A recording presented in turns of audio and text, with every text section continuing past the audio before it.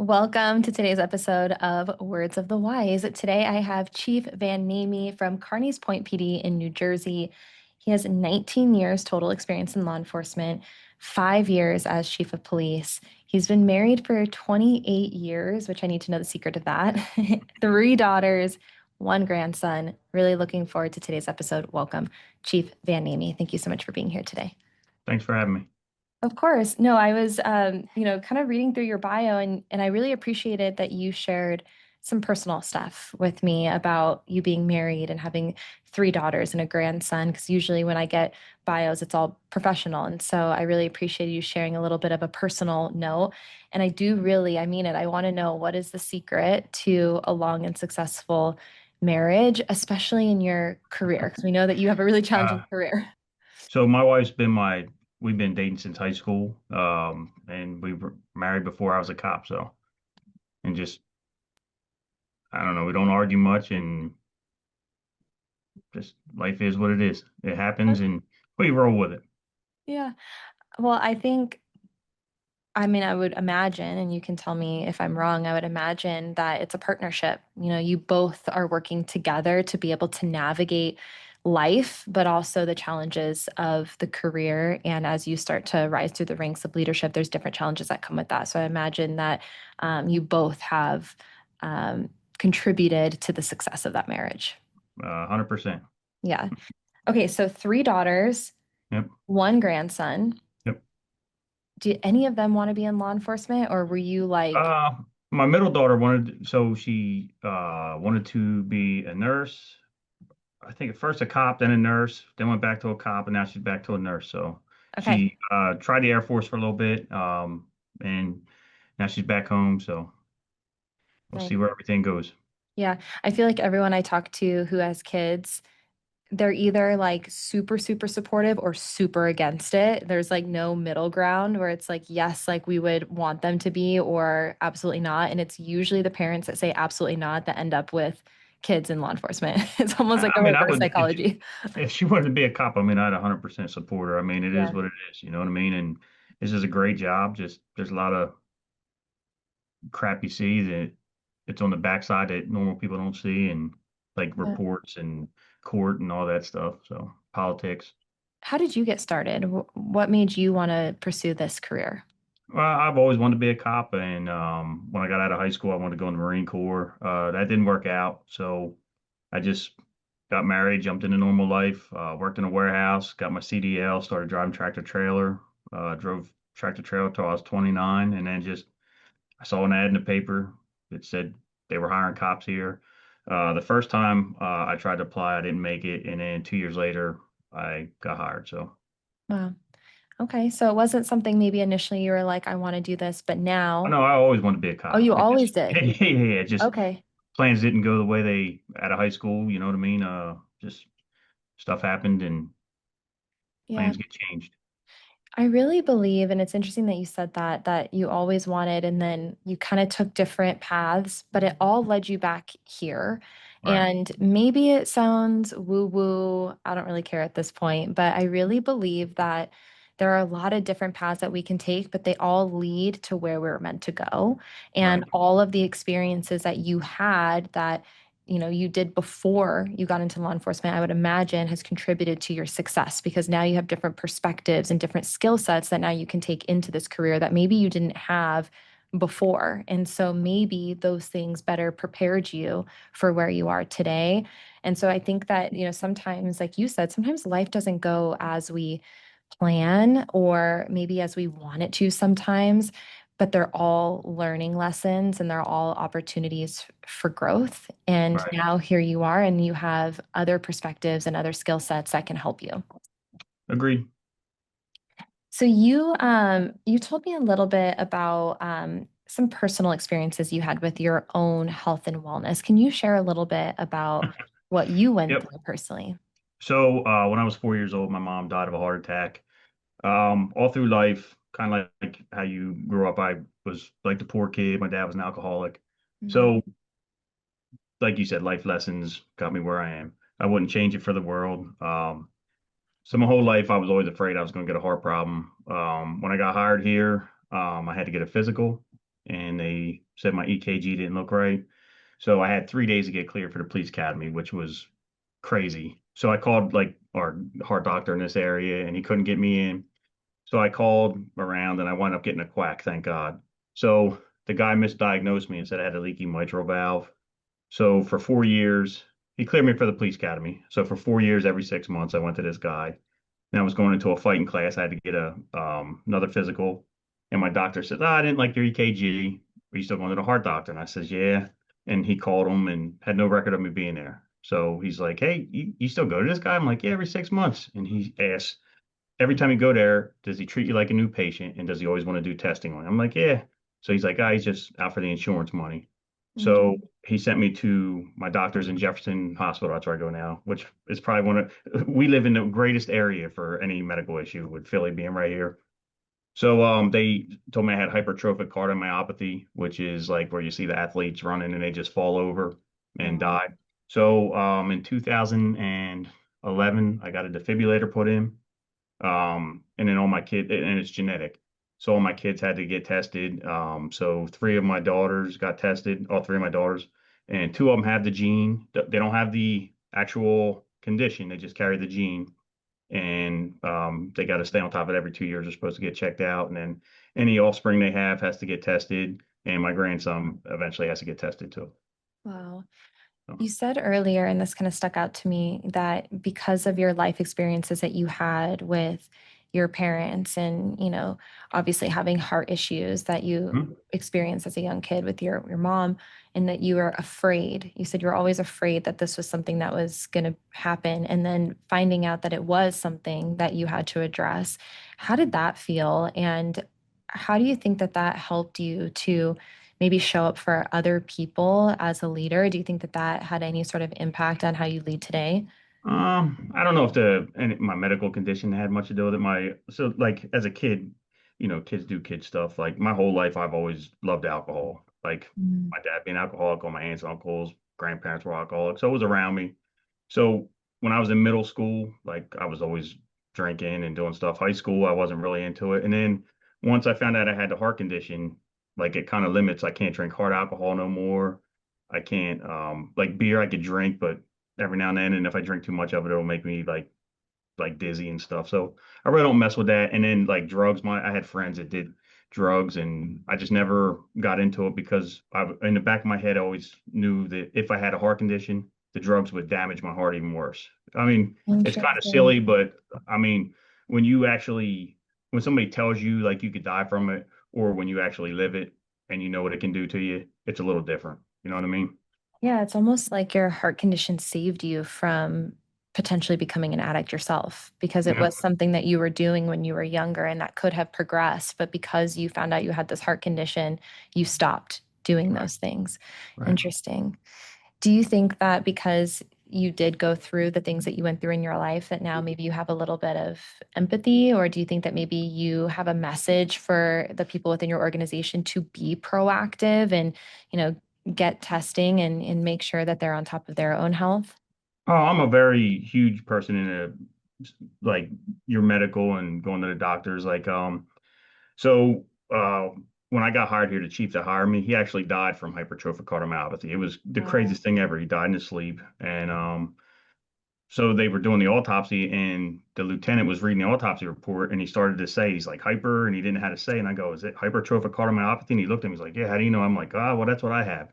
Yeah. So his son is actually hired here as a police officer now. And when that happened, I've referred him to all my doctors, and he got checked out. So, I mean, I'm a huge believer in like going to the doctors. Any pain you have, I mean, you never know what it can come out to be. You know what I mean? So, Yeah. I know that there's a lot of fear. I think a lot of people that aren't being proactive, and I've done this before. Like I'm super guilty of everything that we talk about. I've done it, I'm the opposite. So like right, there's no judgment here. But I think and I've had a lot of friends, different situations, but similar in the sense that, you're almost afraid to go to the doctor because you're afraid of maybe what they're going to find, especially if maybe you have an inkling that something's wrong. There's that saying of ignorance is bliss for a reason. I think that as soon as it becomes reality, it's difficult. right. And I've had friends, similar where they didn't go and For like 4 years, they didn't go to the doctor, and then they find out they have cancer, and, now they can't have babies or, Right. whatever. And so I think that there's a lot of fear in being proactive. And maybe that's why we tend to be a little bit more reactive But sometimes, if you're proactive, then it kind of catches it early. And then I so know. my mother-in-law didn't feel good from like last year in like September. And she waited till like in the spring of 2025 to say she didn't feel good. She got checked out and had stomach cancer. They diagnosed her, I believe, in the end of May, and she died August 30th. And Yeah. that was in the hospital doing everything they could possibly do for her. And it just shows how quick, I mean, great health and just here today, gone tomorrow. Yeah. No, I agree. I think that early detection prevention is always key and number one. And it's interesting because we have a lot of conversations with the younger men and women who are entering into the career. And I had someone recently say this to me because we were talking about wellness. He kind of like made a joke in the back, like you can hear him kind of like laughing about something. And basically, what he said was, I'm really young. I don't have to worry about that. And I think that we think that when we're young, we're Invincible, invincible. right?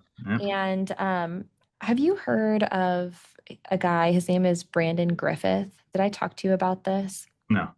So he is local to my area, the Phoenix area.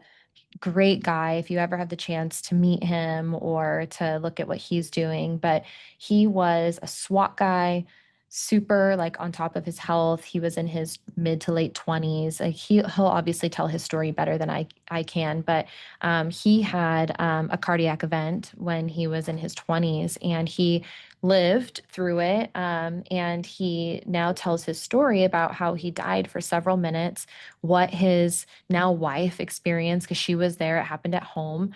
And now he runs a nonprofit called Griffith Blue Heart. And he goes around and he talks about cardiovascular health, especially in the Yep. first responder profession.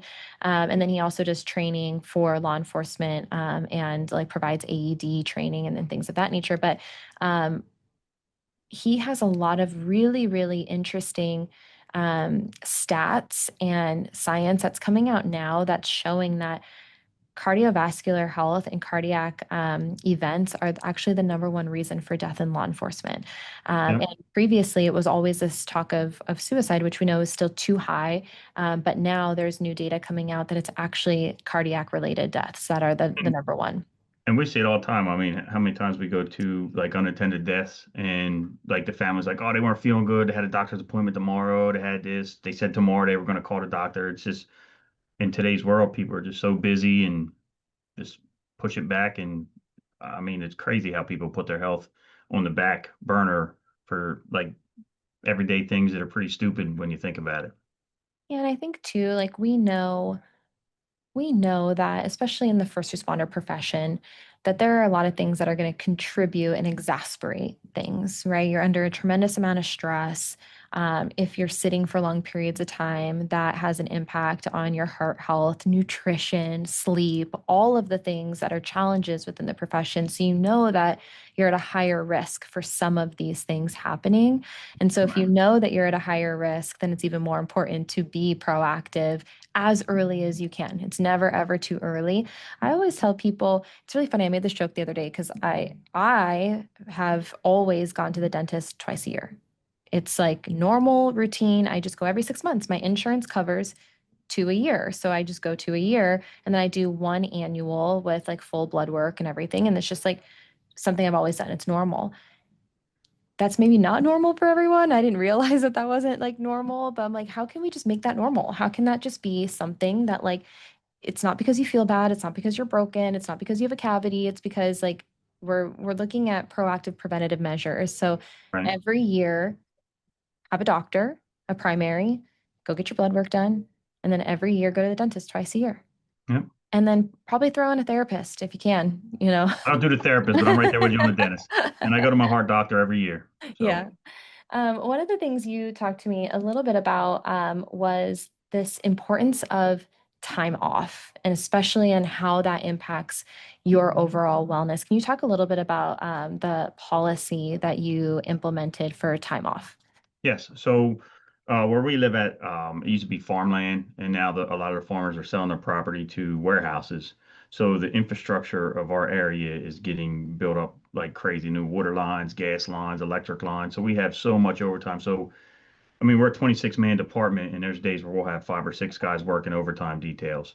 Yeah. So guys were taking so much overtime that they were calling out for their normal shift, or they were taking like overtime details before their shift. So, I mean, obviously that's where like accidents happen, delays, and like, you know what I mean? Somebody draws a gun on you, you're tired, you're not where you should be, and they get to jump on you and you pay for it. So I made a rule that so we have a lot of sporting events at the schools. So if it's over 2 hours before your shift, you have to be off 8 hours Mm. where you come back in for your DD. So like if we have a basketball game, it's like 2 hours of overtime. That's okay to work before your shift, but anything over that, like you got to have off 8 hours. Yeah. No, I like the importance of making sure that people are getting sleep, and sleep is probably one of the number one topics right now that everyone across the country is struggling with. And if you do any research on sleep, and I'll keep this like super simple and short, but basically there's a chemical in your body that builds up over time. It's like your sleepy chemical, right? And it compounds, and the only way you offload that is through sleep. And usually you need about 8 hours of sleep to be able to offload that, to then be able to wake up and have the energy, right? And to get into your circadian rhythm. And so if you're not getting 8 hours of sleep, which most people don't, right? Right. Like we can talk about like the reality Especially is, young people. Young people yeah, definitely don't. most people aren't.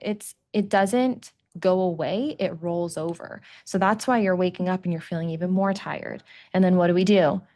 We drink caffeine because we're like, all right, we got to block this feeling of being tired to be able to operate.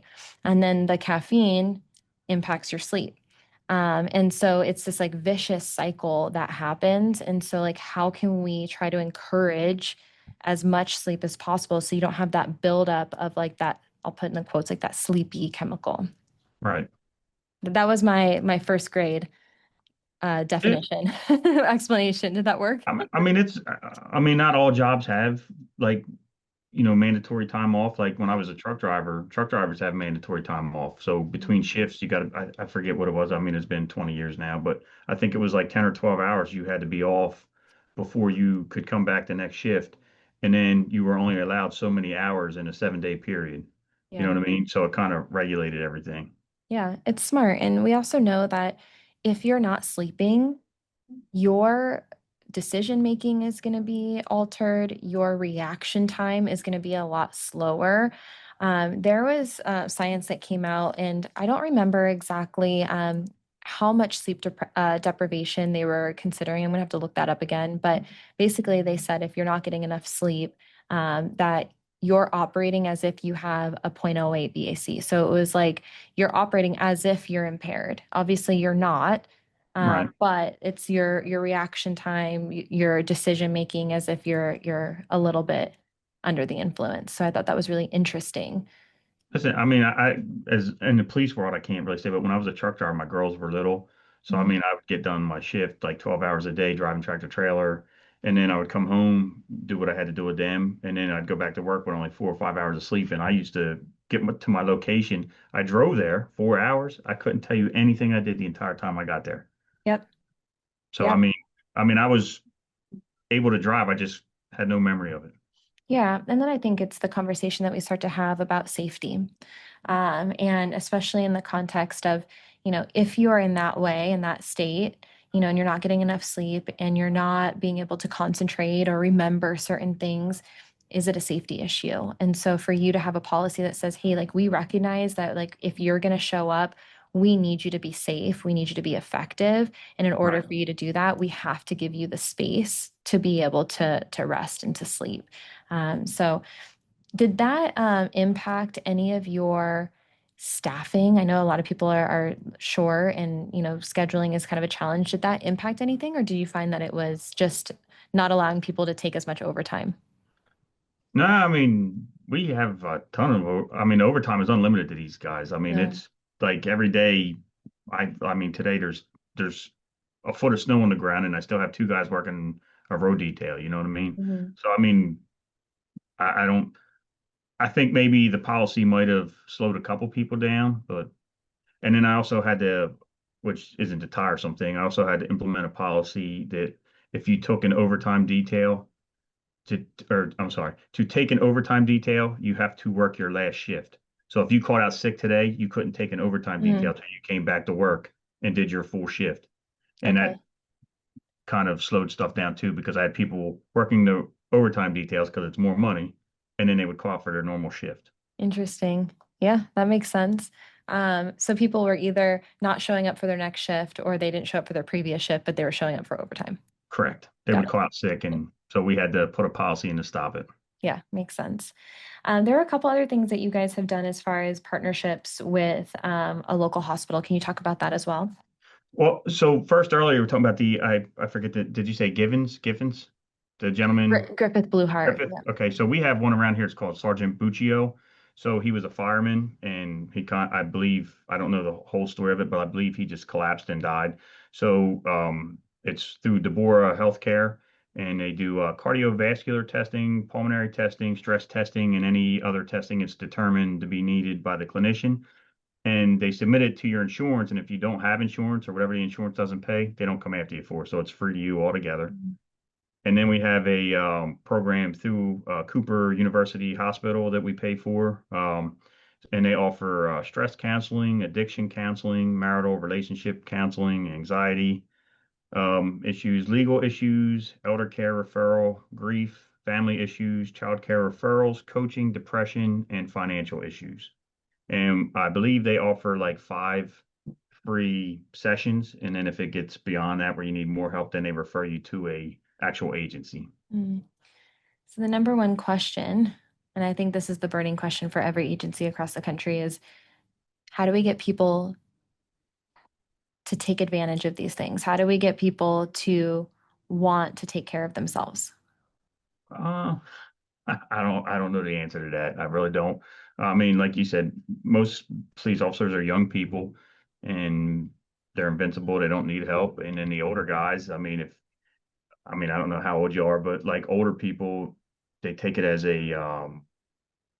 like a weakness if you ask for help or if you say I'm going to a counselor or I'm going to therapy or something like that, you know? I mean, that's the old school thought of it. Sure. Yeah, I think there's an interesting dynamic.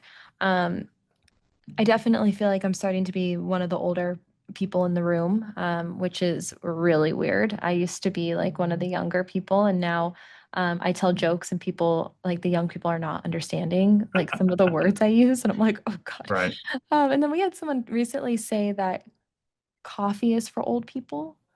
And the young people are all drinking energy drinks. So if you drink coffee, it's an indication that you're older. And I was like, oh no, like I don't know what just happened here. But right, I do find an interesting dynamic, and obviously everybody's different. So I don't like to like paint broad strokes with like older generation, younger generation. What I am seeing is a little bit of what we said before, that I think all of us, when we're younger, we feel invincible. I think we all like feel like we're young, we're healthy. The conversation is that, with our families, like I would always have my family be like, you're young and healthy, you're good, and so right, there's this assumption that we're fine. And then I think I also work with, I'm going to put in quotes, like the older generation of people who actually are prioritizing their wellness, because I think now they've reached a point where they're like, oh, I put it off for so long. Now I have these issues. Now I have this back pain. Now I have this cumulative stress that I feel like I'm going to, boil over here. And so right. I think there's, varying levels of receptiveness to it. The one thing that I'm seeing is that I do feel like everyone I talk to is so good at taking care of everybody else. And that's kind of your job, right? Like that's what you were trained to do, is to be the fixer or the helper for everyone around you. And then we forget about ourselves. And there's maybe this idea that if we do take care of ourselves, that we're being selfish. And so I think it's this conversation of, how can we almost reverse engineer the thought process a little bit and understand that, like, there's no way you can be the best dad, the best husband, the best employee if you're not good. Right. You know, if you're not good physically and mentally, how are you gonna, give the people around you the version of yourself that they deserve? The community deserves your best, your family deserves your best. I heard someone say this one time, and it really stuck with me. And I really try to think about this in my personal life, and my professional life. But they said people deserve the best of you, not the rest of you. And I was like, whoa, like that really hit me because I was like, am I showing up for people, you know, tired, not present, not feeling good? Or am I doing the things that I need to do for me to show up for people as the best version? And so that really stuck with me. How can I show up, as the best, not just giving people what's left over? Right. Yeah. I think that if anyone had the answer, if anyone who's listening has the answer of how to get people to do the thing, I think that, you can bottle that up and sell it for a lot of money. But I'm hoping that these conversations at least bring a little bit of awareness and education around the importance of, being proactive and preventative and taking care of ourselves so that we can show up for other people in the way that they deserve. Right. Um, And my, it takes one time to be scared, and that's usually what when people start taking care of themselves when they're scared into it. You know what I mean? Something yeah, happens to them. You get a palpitation, a panic attack, then they start going to the doctors. And I mean, growing up, I mean, my grandparents always told me at Christmas and birthday, like, what do you want? And I want my health. And you always just like, ah, that's my mom and papa always says that. But like as you get older, you realize that's really what people want because they probably go in their whole life and not worried about it, not taking care of themselves properly. And when you're old and everything's not working, you wish you could have went back and fixed everything. yeah. I mean, I think that anyone can relate to that. Anyone who has ever been sick, anyone who's ever, I mean, even simple, like I've had an injury. We take for granted our bodies and our health when we're good or when we, or at least think that we're good. And then Right. when we have that injury, we're like, man, I'd give anything to be back out and doing my normal, or if you're sick, you're like, man, I don't want to feel this way. And so how can we not take those things for granted, and how can we take care of ourselves? I know people have really related this to like a car, which I I, really like. I say it all the time. Like Yeah, your body's like the engine and the transmission, yeah, right? You got to take care of it, change the oil, change the spark plugs every now and then, do everything that you got to do. And one exactly. day the car's going to blow up just like your body will. Yeah. Yeah. And it's like, how can we prevent that from happening after 2 years of Right. having it, or 3 years, like, and people can get on board with that. They're Yep. like, yeah, like I can take care of my car, like no problem. But then when it's like, okay, well, can you take care of yourself? They're like, Right. ah. Right. So, my last question for you is for that younger generation. What words of wisdom would you share with them that maybe you wish you would have known earlier, or something that maybe you learned along the way that could help them out as well? I mean, my words of wisdom would just be learn everything you can, and this job is what you make it. If you just ride around the car and do nothing all day, and you just want to write tickets and be the basic cop, it's going to be a pretty boring career. And if you want to get out and have fun and just investigate things and find things and just get into things, and it's what you make it. Mm, I like that. Thank you. Thank you for your time. I really appreciate you coming on here and talking to me for a little while. No problem. Thanks for having me. Of course.